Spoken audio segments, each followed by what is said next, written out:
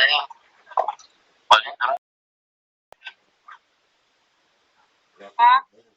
Hola. Nej, säkerna. Jag visste bara att de har inte alla. Var fanns en effekt och sluta med det.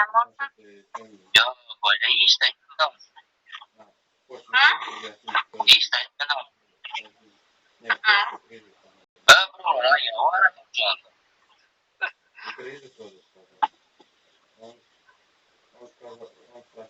Teorin med rätt teorin. Valkriget för att det var.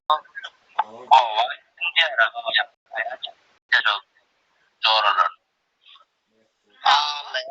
Alla, ja. Selim Şehdikan'ın arkadaşı. Bulaştıramak emin olma erkek gel aydı oturuyor. Sonra yaptı. Etmek ya. Aytman. Neler canıyorum. Aytman ya.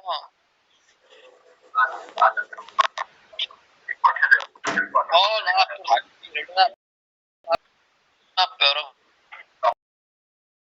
Ya orada bir yere düştü. Adın ne ama? Ya dur alta. Kum değil tu adın. Kum diyor. Fikir koran o. Bu ne ama koydum. Ay dura. Ha kumay o ya.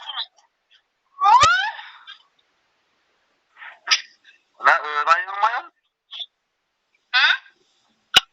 Öğreyin mi ya ne? Ya ne şey bu suala? Mehmet Yağç'ın mı?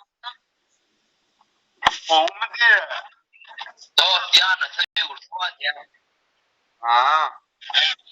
Senin dostun değil mi? Ya ben dost değerli şu yüzüne bana çıkı doğru kullanmak istediğim. Çünkü atmışım ha. Ay kardeşine atmışım falan ya. Ben açıkçası şundan